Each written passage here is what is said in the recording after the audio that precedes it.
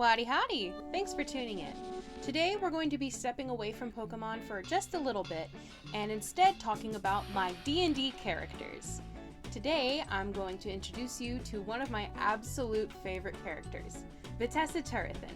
She's a tiefling sorcerer, and I'm currently playing her in the campaign that I'm in right now, and oh my god, I love her! So basically, what today's programming is going to consist of is me reading you her backstory, her description, some of her character traits and personalities, as well as some extra bonus backstory stuff, all while making her in picrew.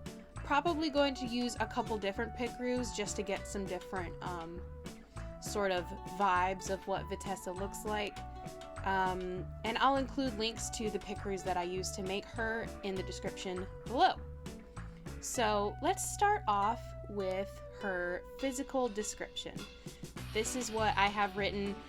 It's a little bit dramatic. Forgive me, I am a theater kid, and I also did a lot of creative writing growing up. So here we go. Vitessa Turrithan is an intimidating figure, to be sure. A tall tiefling woman with long blonde hair, a sharp-toothed smile, impressive horns, and blood-red hooded eyes, she strikes fear into hearts, even those that aren't her bounties. She's always got a slight smirk quirking her full lips, as if she knows a secret you don't. She's quick to sweep unsuspecting souls off their feet with her powerful tail and hustling skills. Her muted gray-green hide with a snarky attitude and quick mouth, and even quicker hands, is the target of many a creature's fear, anger, jealousy, and on rare occasions, affection. So, yes, she is a 5'11", greenish-skinned tiefling woman with very long blonde hair. She typically wears it either in a ponytail or a braid. She's got blood-red eyes, because, tiefling, and she is 26 years old. She's a chaotic neutral character, I should also add. Although, as I've been playing her, I think she leans a little bit more towards chaotic good so far, but, things can change. So some of her personality traits include being motivated primarily by money. Money is the key to getting her to play nice. She puts no stock in wealthy or well-mannered folk. Money and manners won't save you from a hungry owlbear or a bounty hunter. I should mention, that is Vitessa's profession. She is a bounty hunter with an organization called the Dogs of Dawn. And she's very, very, very good at her job. Let's see. Some of her character flaws include being unable to resist taking a gamble if it seems like the payoff will be worth it. And she hates to admit it, but if the going gets tough enough, she'll run to preserve her own hide. That's because she doesn't let herself get close to people. She's got a lot of trust issues, so she figures it's better to just cut and run if things go bad. Now, some of her bonds, what makes her some of the debts that she owes in life, is that she owes some very important people a lot of money that she is not willing to part with. So she's constantly on the move to stay ahead of their cronies that come after her, looking for the payout. Some of her ideals in life include money can buy happiness if you know what to purchase. I also personally stand by that. And also, once she can trust you, which may take a long while, she'll watch your back if you watch hers. That's some of the basic on the surface stuff. Now we're going to get into Vitessa's backstory. Let's see.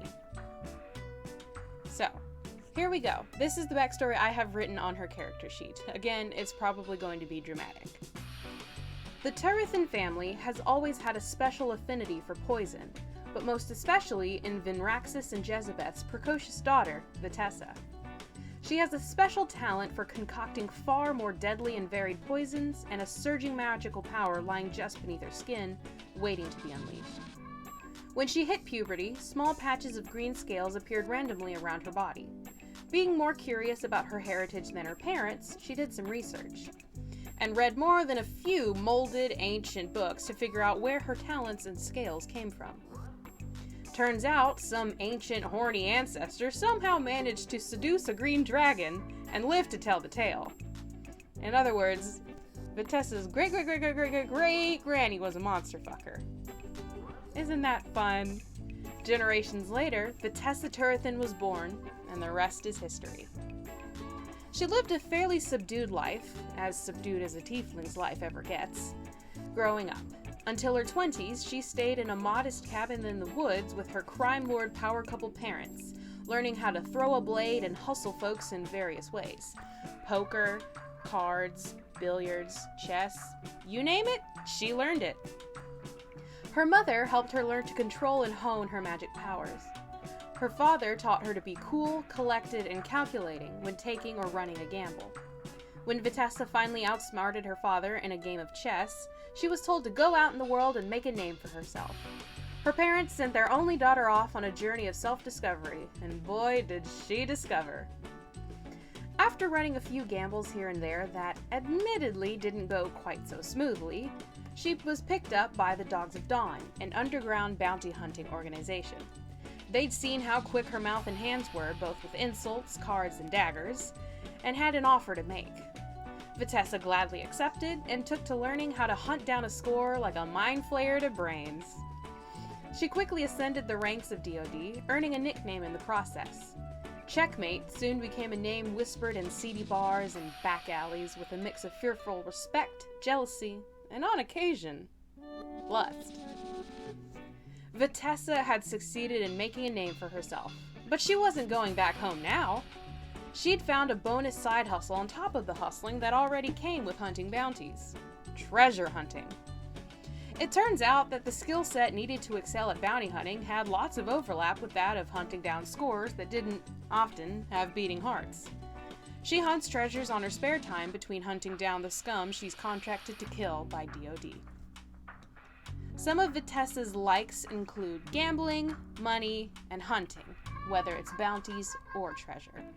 Her dislikes include narcissists, paying debts, and onion soup. Don't worry about that last one. Some other bonus information. After beating Vinraxis, her father, at chess, he gifted Vitessa a glass chess piece, a queen. She keeps this chess piece with her at all times. Checkmate quickly became her tagline when bagging a bounty, as well as her nickname among members of the Dogs of Dawn and the regular seedy folks of the underground. Vitessa also has the most precious, adorable little lizard friend. His name is Edwin. He's a foot long. He resembles a monitor lizard. Here's a pic for reference. That's what a monitor lizard looked like. He's about a foot long. He's subdued green in color. Different shades of green are his scales, except for running along the sides of his belly are two electric green bolts of green scales, because Edwin has poisonous saliva, I guess you could say, which she has used to make her very own custom poison daggers, which she has affectionately called her dragon spit blades. These things are made with her most potent, latest batch of poison, which she collects as part of the ingredients from Edwin, as well as some other secret ingredients that she picks up around her travels. These things pack a hell of a punch. Now, I know that I have some more stuff in this folder, the Nerd Zone, which is my D&D character content folder. This is the smaller one. Let me show y'all the big kahuna that I have. This is the Nerd Zone. This is the Nerd Zone. And this is the Nerd Zone Junior. This is like the bulk of my character sheets and stuff, and like bonus information about their backstories and whatnot. And this baby is mostly spell cards, some PC or NPC names that I've written down for use if I ever run my own campaign or make more characters. There's also some miscellaneous stuff in here, just like, I don't know. I wrote a classic ye olde bar scene for if I ever end up running a campaign. I've got that on hand, but that's not what we're here for. I can't even slap it closed because it's so big. But that's not what we're here for. We are here for the bonus Vitessa content. So let's just crack open Nerd Zone Junior. And we're going to pull out this sheet and read from it. Because when I was making this character, my lovely, lovely DM, shout out to you, Steven, asked me some wonderful character development questions. One of which being, did she have a lot of close friends growing up? What was her treatment like over the years? Here was my response. Okay, so Vitessa was the kid of a powerful crime-doing couple. She had almost little to no contact with common law-abiding folk, you know? If other powerful crime lords had children around her age, they would all play together in one room, while the adults talked assassinations, smuggling deals, etc. in the other one. Vitessa enjoyed the other underground crime kids' company, but she was taught from a young age, as were all of the other children, to never trust anyone fully unless they risk their life for you. So, obviously, all the kids played together, and they would beg for playdates, but they also knew better than to share family secrets or business details their parents had discussed. If Vitessa... Oh, sorry, my handwriting is so bad. If Vitessa ran into any of her childhood friends today, she'd be pleasantly surprised, but a little bit on guard out of instinct. Here's the next question that Steven had asked me when making this character. Does the stress of being self-reliant ever get to her, or is she tough enough to make it enjoyable? So, when I was making this character, I had told my DM that Vitessa was very much a lone wolf, solo rider, she could take care of herself, she trusted basically no one as far as she could throw them, and this was his question he asked to develop that further. My response was that she's a little bit tougher than average when it comes to being fully self-reliant, since it's ingrained in her tiefling DNA, as well as being raised in the crime underground. But at the same time, she has started to question that lifestyle. Now that she's made a name for herself within the Dogs of Dawn, she's got this successful, lucrative lifestyle and this seemingly limitless power surging within her, because she is a sorcerer, after all. But solidarity is starting to lose its charm. She does have Edwin for company, but a lizard can only provide so much riveting conversation. She's still mostly relying on herself, but she's started to forge tentative, almost relationships with a select few. For example, Brimley, a bartender in a section of town she frequents when she's gathering information on her next score, she's begun to respond to his questions about her job without divulging too much information, fantasy NDAs and all that, and ask him about himself in return. It's slow going, but it gives Vitessa something to think about and even look forward to, which is a very new and weird feeling that she hasn't had since childhood. She's very much still calculating and suspicious for the most part, because that's been such a huge part of who she is for so long. She can't just tone it down, you know? It's not easy for her. I don't think at present that she'll ever fully trust someone 100%. I think for now, she'll always have a small, niggling instinct to get out of Dodge the moment things go south or someone seems fishy, so that she isn't betrayed in some way.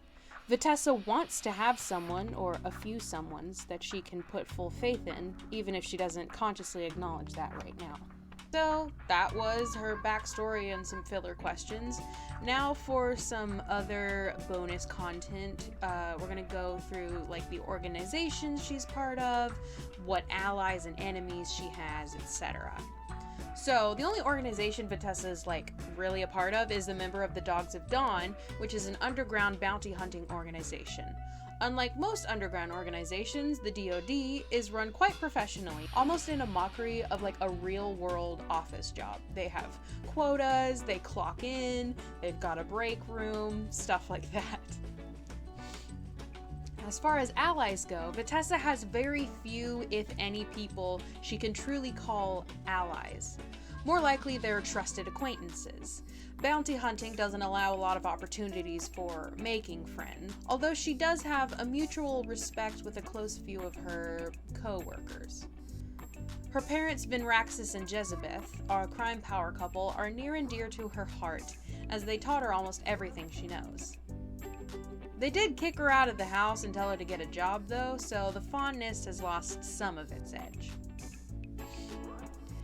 As far as enemies go, Vitessa has stepped on her fair share of toes during her hunts. In her defense, it's hard to show respect for the extremely wealthy windbags she's so often contracted to take care of, and their associates. Money often overrides the need for manners, as she's discovered time and again. She's also angered a few underground crime lords with her penchant for gambling and cheating.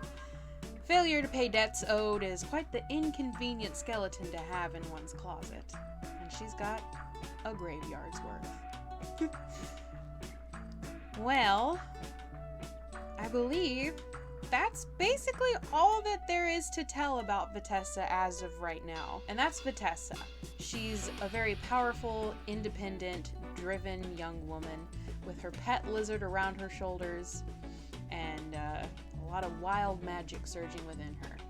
She's not a wild magic sorcerer, though. She is a draconic ancestry sorcerer. I want to make that clear. Her ancestor did fuck a dragon, and so she has that going for her. Okay? Okay. Alright, well, that will conclude today's programming. Vitessa Turrithan, Tiefling Sorceress. Here she is. I love her so much. As a bonus, here at the end, I will show you a picture of the concept art I first came up with for her. Don't come for me. I'm not a professional artist. I can draw, but I am not saying I am extremely talented at it. This is her concept art right here. This was the first visualization of Vitessa Turrithan. Does it need work? Yes. Is it near and dear to my heart because that was the first time I'd seen her on paper? Also yes. Well, thanks so much for tuning in. If it's your birthday, happy birthday! Remember, you are a valuable, wonderful human being who is loved and who matters. Your question for the day is, what rhymes with Charlesy? I'll see you when I see ya.